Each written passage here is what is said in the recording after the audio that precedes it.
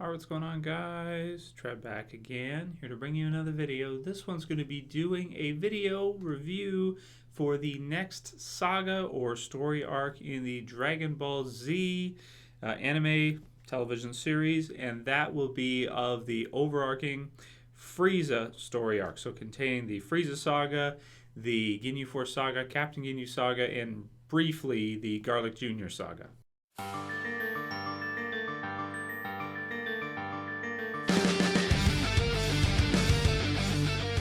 Alright, good stuff. So first I should basically specify what I mean by Frieza Saga, because the sagas are referred to all kinds of different things depending on which version you're watching, depending on which wiki you're looking at. Essentially, this would be of the seasons 2 and 3, it's regarded as in the wiki. Season 2 is called the Namek and Captain Ginyu Sagas. That's how it refers to it. So a lot of people call it Namek Saga. I've heard that a lot of times. I've heard Ginyu Force Saga, Captain Ginyu Saga. Then the Frieza Saga is like season 3. By the way, the Namek Saga, Captain Ginyu Saga is like 35 episodes. And then of the original dub. Then the Frieza Saga is like another 33. So that's 68. And then the Garlic Jr. Saga is like another 8 or 9. So we're over 70. So close to, let's just round off. Let's say a few over 70 episodes.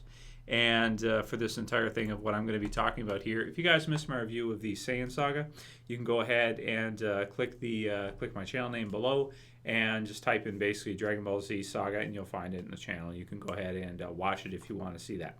So in terms of this story arc in Dragon Ball Z, I think it's one of the strongest in terms of a saga. It's one of the strongest in the entire series. A lot of people, it's their absolute favorite. Now, the best things about it for me personally are where we start at. Of course, we start at just finishing up the Saiyan Saga on Earth.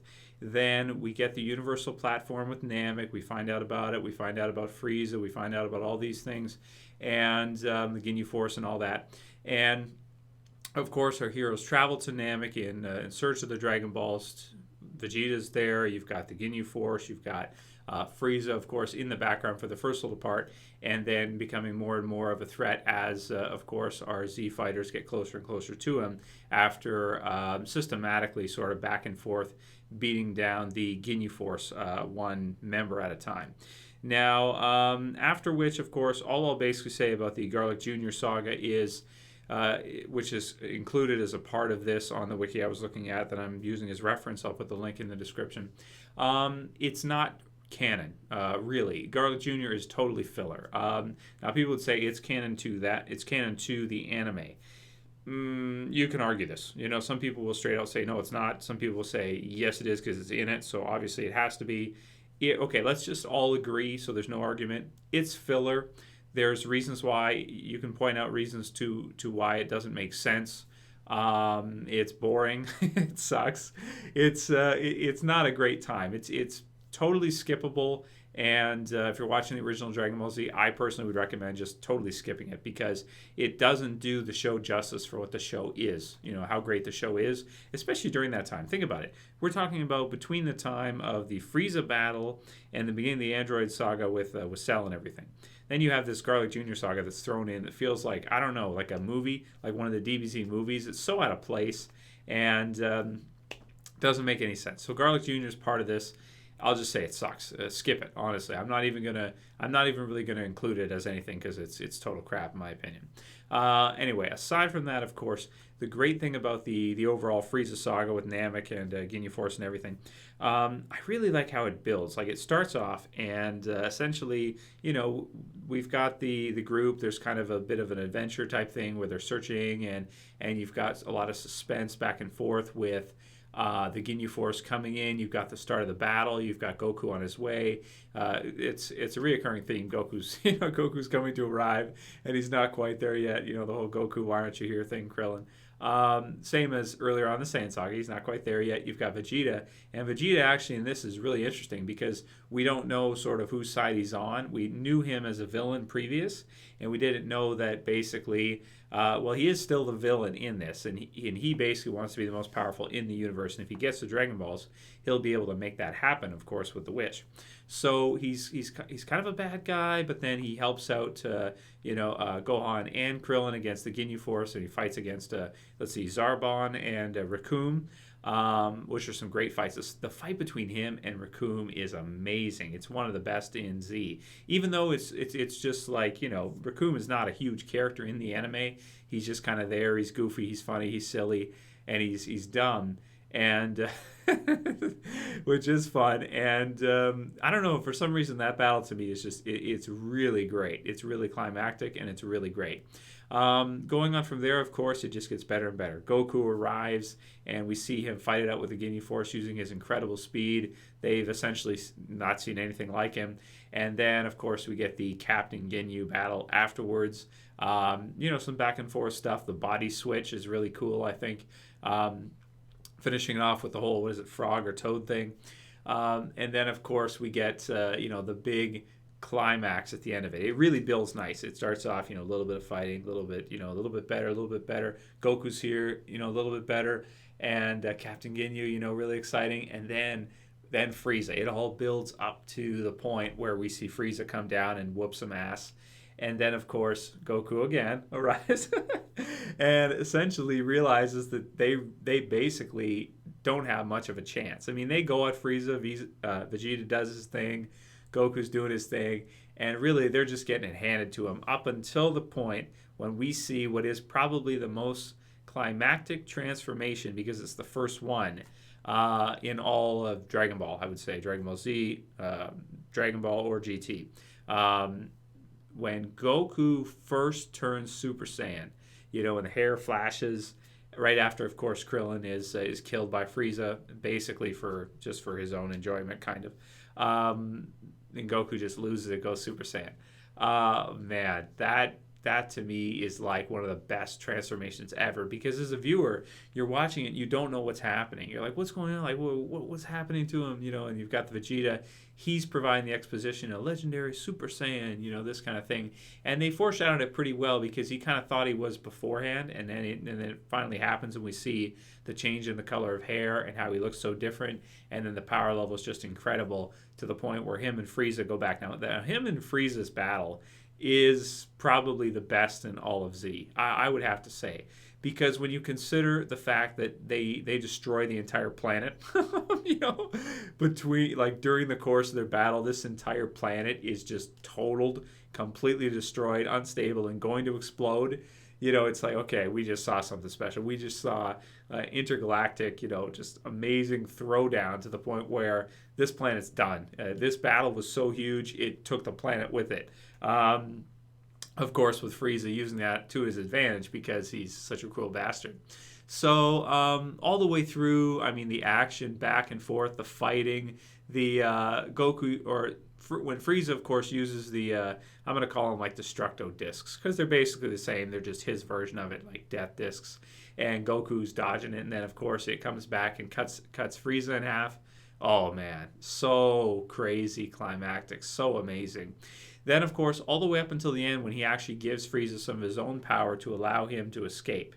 Now, this is a weird one for me. Goku does this a lot. Sometimes he'll do some weird things in battle that I don't know. I don't know how to take them. I guess it's kind of like he doesn't really want... He's such a good guy. Okay, let's look at it this way. He's such a good guy. He's such a pure heart that he doesn't really want anyone to die, even if they're bad.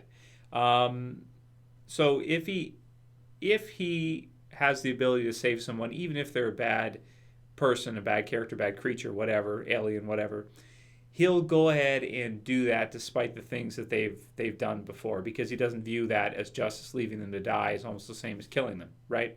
So he goes ahead and he does that. Of course, Frieza turns on him, and then you get the whole "you fool" thing, which I love. And I mean, I don't know. He does some of that against Cell too. I guess you could kind of view it as like a Super Saiyan thing, where part of that, their pride and their ego and everything kind of gets in the way of them thinking they're more powerful. Like when we see him help Cell out, like doesn't he give Cell a sensu bean against Gohan before he sends Gohan in? It's just sometimes some of the things he does are a little strange. I'll just put it that way. So this one is a little bit, but like I said, you can kind of understand, because he doesn't want to he doesn't want anyone to die. He wants everyone to be okay and just, to stop them. But he doesn't necessarily want to kill them.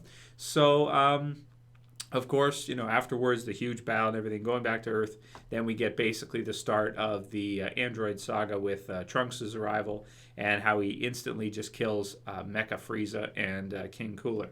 So, all in all, the Frieza Saga it's amazing, man. The battle between Goku and Frieza might be the best type of action. It might be the best fictional fight I've ever seen in anything. So not just Dragon Ball, but any anime or anything. It's like the most climactic one-on-one battle ever. The only thing that could probably rival it I can think of is maybe the Gohan versus Cell at the end of that. Or maybe if you really like the Saiyan Saga, Goku versus Vegeta, or later on the Buu Saga, maybe the Goku versus Vegeta when Vegeta's Majin, which is cool too. But personally for me, I think that's the Frieza versus Goku battle with Namek in the mix and everybody escaping, having to get away and all that. That's about as exciting as you could ever see a 1 versus 1 fight. It doesn't get any better than that. It's like pure good versus pure evil, and on an intergalactic scale like that. Just amazing, man. Just some of the best stuff ever. So in terms of a score, I gave the Saiyan Saga an 8.5 out of 10. I'm going to give the Frieza Saga a 9.5 out of 10 for Dragon Ball Z rating. I think that's really good for for a rating for it. I wouldn't necessarily give it a perfect 10, I don't think. If they maybe redid it today with modern animation and stuff like that, maybe fixed up a few things, because there's a few things with it here and there, then it might be a perfect 10. But it's, in terms of like a fight battle, it's about as good as you could ever want to see it. So anyway, let me know what you guys think about the Frieza Saga. What your favorite parts are. I mean, it's a huge saga. What I'm doing here is I'm really briefly summarizing and giving my thoughts on the overall direction of the story and the saga. I think the Frieza Saga is incredible, especially the ending and how it all leads up with Frieza to that final big battle is just insane. Super Saiyan. Oh man, so much good stuff, so much great action. I remember for some reason there's some silly parts like when Goku's he's slapping Frieza. He's just slapping him back and forth. Smack, smack, smack. Some people requested I do a review of Team 4 Stars. I think it's Dragon Ball Z parody. It's called Abridged, isn't it? I think so. Yeah, pretty sure. I'll have to watch some more of it. But what I've seen is really funny. But I don't know. For some reason, I remember this scene where Goku's he's just slapping Frieza back and forth, and Frieza's face is like this back and just really, I don't know. It's just really, really funny to watch. But it's the action overall is pretty incredible. So 9.5 out of 10 for the Frieza Saga. One of the best in all of Dragon Ball Z. Some people's favorite. And my second favorite, I guess I'd have to say. I'll call it here. Let me know what you guys think about all of that. If you like the video, please like the video. If you want to support the channel and you want to see me do more of these, favorite it, share it on your Facebook, whatever you want to do. Call it here. So for this video, guys, see you for the next one. This is Travis Oaks. Stay in peace.